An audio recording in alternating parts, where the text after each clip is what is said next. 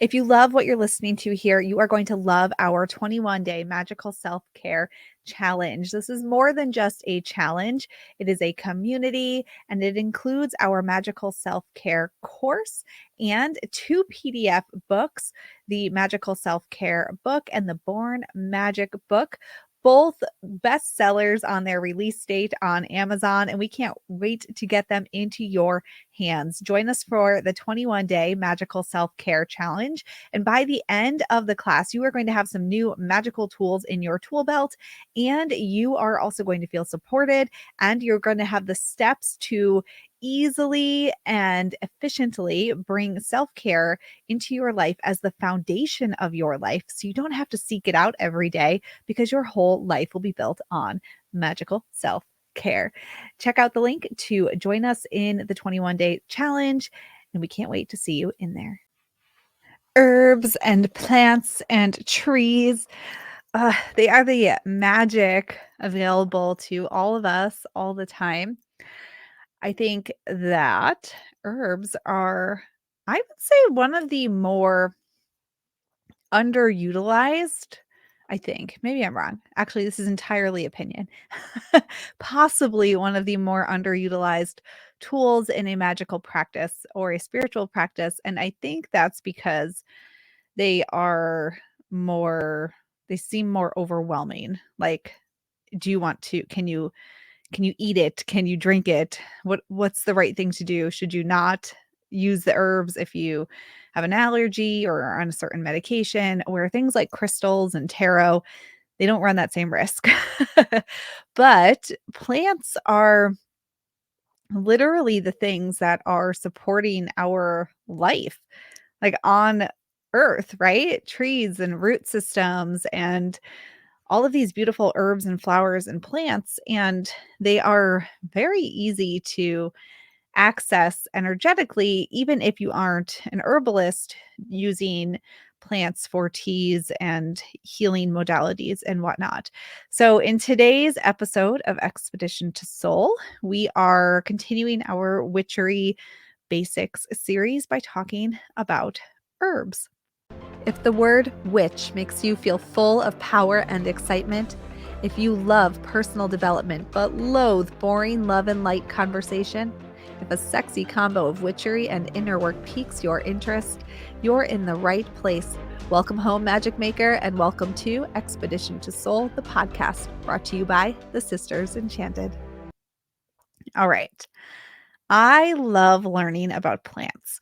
I can't tell you how many times I have sat down and said, this is the year I'm learning all the herbal things. Now, in my experience as a person who has a very, very full life, and I have no, like, I am not going to be an herbalist one day, blending herbs and giving healing recommendations to people. I have found that the best way to learn about herbs for my spiritual, my metaphysical, oh, I have technology going off. My spiritual metaphysical practice. My technology is not part of that. Anyway, actually, that's a whole other episode because it could be. But herbs, my favorite way to learn them has simply been by using them. So in whether it's manifestation or looking to bring some fire or calming energy to a conscious creation spell, or for energetic calming, or something like calming my own energy or my children. Or what do we need to warm our souls right now and open us up to love? Really just asking, what do I need right now? And then learning about different plants as I go has been the most helpful thing for me. Also, being open to knowing that every person's energy and body reacts to literally everything differently. A great example of this is the plant chamomile, which many people will use for calming, but is actually a fire plant. And in some people will not calm you, but will enhance your fire. And that is a thing where you use like to treat like. Um, but that doesn't always work too for everybody. So, when it comes to learning about herbs for your magical practice, the first thing I would invite you to do is just relax. You don't have to memorize everything, right? And not everything works the same for everybody anyway. So, trying to memorize every little bit, sort of like trying to memorize tarot, is really just going to stress you out. All right. So, in the realm of metaphysical practices, that's the world of witchery, herbs do hold a very special place in that realm, though, because they're not just plants. Herbs have essences, energies, and they are messengers and facilitators of the earth's deep and beautiful and ancient wisdom. So, whether you are a person who's been working with herbs or you're really just curious and diving into this, understanding how you use herbs in your metaphysical practice, which is what we're here to talk about today, can really help you to enhance your spiritual journey and trust yourself. So, we're going to talk about a few ways to use herbs in a metaphysical practice, which is perfect for all of us out there who are not going to be herbalists. And maybe we want to have herbal apothecaries for our own families, but we're not wanting to treat other people and aid them on their journey in that way, right? I love my home apothecary. I've got my mortar and pestle, and I've got all my little jars, but that's for me and my family, right? And for my practice also, it's not for healing others. Okay. So the first way to easily use herbs in your practice is simply by making some bath salts. Herbs and bath salts are a beautiful way to cleanse your energy, your aura, sort of just like let everything go. Combining herbs with Epsom salts. I love to use Epsom salts. You could even do some sea salt in there. This combination of herbs and salts, though, is a powerful tool for releasing negative energies and inviting in positivity. And you can choose your herbs based specifically on what you're experiencing at any point in time. So, for instance, lavender. You probably actually bought lavender salts maybe before, or something lavender for a bath, like body wash or something like that. So, lavender promotes relaxation and peace. Um, Rosemary aids in purification and protection. So you could pick your herb based on metaphysical properties, combine them with salts, and then make your bath salts. All you got to do is mix like some of your salts, literally some salts with a little bit of herbs together, stir them up or shake them around, and put them in your bath. As you're soaking in the bath, visualize the water drawing out any negativity and leaving you feeling refreshed and balanced if that's what you're doing it for. Also, you could pick like rose and salts if you wanted to ignite some love or some passion, anything at all that you are looking for. So, some cautions for you. Just be careful using essential oils because they can burn your skin if you just put them in water. There's tons of conflicting information. Just be careful if you're using anything that's not an herb, but is like an oil or a very highly concentrated form of an herb in a liquid somehow, right? I love salts and I love plant together. Also, be careful. Some plants will stain your bathtub. I had this experience with rose petals. They were food grade rose petals, and they still stained my bathtub for months and months and months. So, if that would bother you, be aware of that.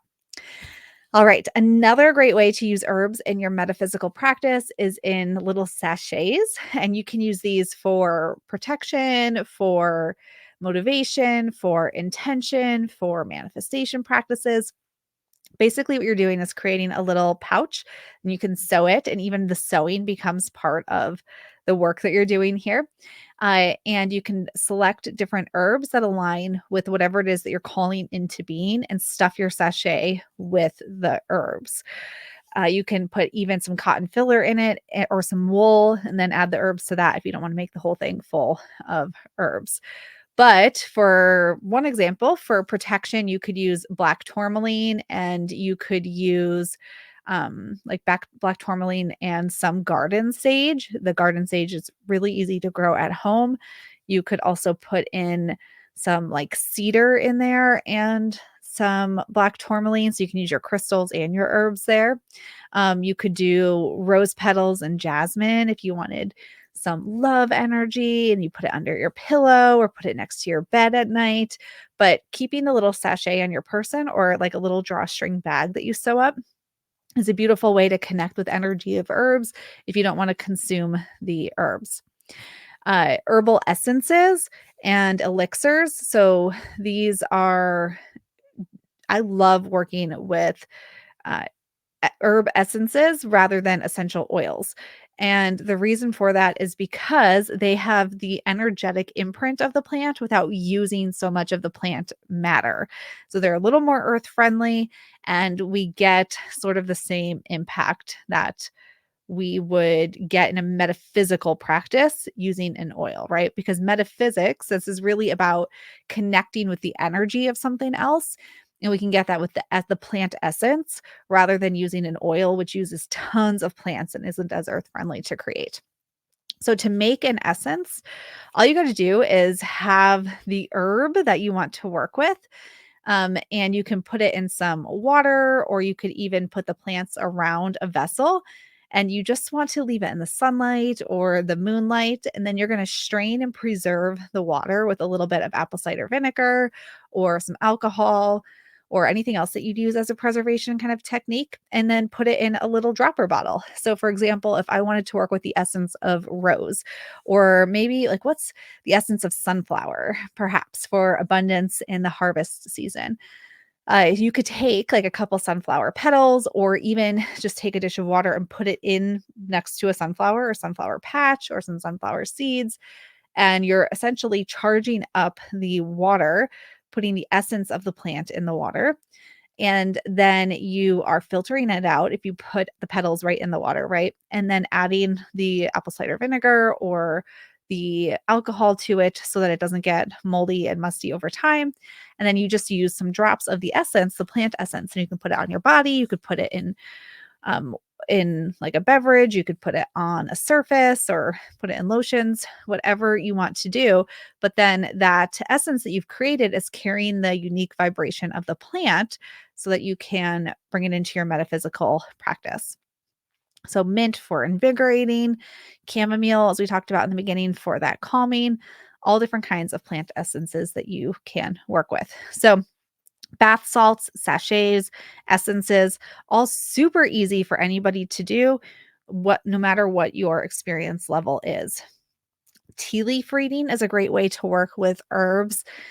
Tea leaf reading, I think half the battle there is learning to use just the right amount of herbs and the right kind of cup so that you can actually get the leaves to stick in a way that you can read the symbols and images that are left behind. Once you get that down, you're simply looking and, what pictures do you see? Are they facing you? Are they facing away from you? Are they near the handle, which is near your body? Are they far away from you? And then you dive into the signs and symbols. But tea leaf reading is a beautiful way to work with herbs as well. I've got a few more for you.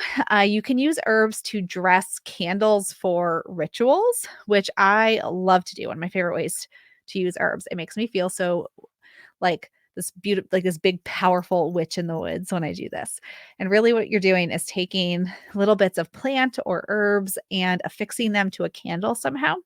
So I like to use melted wax to kind of melt over the herbs that I'm putting on. But you can, whatever works for you. You could get some modeling beeswax and make it nice and like pliable in your hands, and then stick it in there and then stick that onto a candle, whatever works. But I just like to take my candle and then take another candle, melt some wax drippings on my original candle and press the herbs into it, and then dress the candle in that way. And then you can also use the oils or essences that you've made, that you've put the essence of the plant or herb into, and dress the candle in that way as well. So, for example, for a prosperity spell, you might want to use basil or cinnamon. For healing, eucalyptus or pine. And then, like with the seasons of the year for the different festivals, I like to just go out in my backyard and see what little weed flowers are growing, and then use those to celebrate the season. All right, and crystal grids. So you make crystal grids with crystals, but you can also use herbs to amplify the energy of the crystal grid. So you can sprinkle herbs around your grid at different points. So, for example, a grid for self love or romantic love, you might want to use rose petals with your rose quartz. For protection, you might want to use your black tourmaline and then put in some of that garden sage um, into your crystal grid along with it. You can turn to plants and herbs for intuitive messengers. Plants are messengers. They have their own herbal energies. If you're a person who loves to work with the energy of fairies, that's a beautiful way to connect with the energy of herbs is through that sort of fairy energy and imagining what it would be like to live amongst the herbs and the plants. So there are a ton of ways that you can use herbs in your magical practice, and you don't even need to go out and buy herbs to do this. Just go on a walk in a field or a park or the woods around you and see what kind of plants are in your area and connect with the energy of those plants. Like I said at the beginning, I think it's one of the most underutilized tools. And I think it's because when we hear herbs, we think immediately of becoming an herbalist and using all the right plants and what do you mix together and what proportions and how do we use a tea or something, a tonic to heal this ailment. And you certainly can do that. But using herbs for a spiritual metaphysical practice is very different from being an herbalist. And we can work with the energies of plants for support, for manifestation, for creation. And we don't have to go out and buy them all. We can just connect with the energy of the plants around us. And that is a very beautiful way to practice an earth-based spirituality practice too, is just by going outside and seeing what grows in your area, because that is who you're sharing the land with right now, is the energies of these plants. All right, lots for you to think about when it comes to creating a practice that includes herbs. I hope you have some fresh ideas from today, or maybe something that you've done before and just haven't thought of in a while. Tons of ways. If you are embarking on your self-care journey this year, working with herbs is a beautiful addition to that. So, incorporating different kinds of herbs into maybe a little grid on your kitchen countertop to remind you of the four pillars of self care and what you're working on right now, or putting it in your bath, or putting a little like some plant essences on your vanity or wherever it is that you get ready for the day, and then putting them on your body or in your lotion as that reminder, kind of the declaration of what it is that you're working on in your life. All beautiful ways to work with the plants and get support from that herbal energy. All right. This series, Witching 101, is going on for all of January and February 2024. So we got more episodes coming up for you. If you're listening to this in real time, I hope you are enjoying and getting a spark back in your practice if it's been a while. And if you're curious, that I am removing some of the barriers for you and making you feel more comfortable with the journey ahead. All right. Thank you for hanging out with me. And until next time, I hope that you have an enchanted rest of your day ahead. If you love the podcast, be sure to leave us a rating or a review. That helps us to get the word out about all we're doing here at the Sisters Enchanted. Thanks for being part of our community, and we'll see you in the next episode.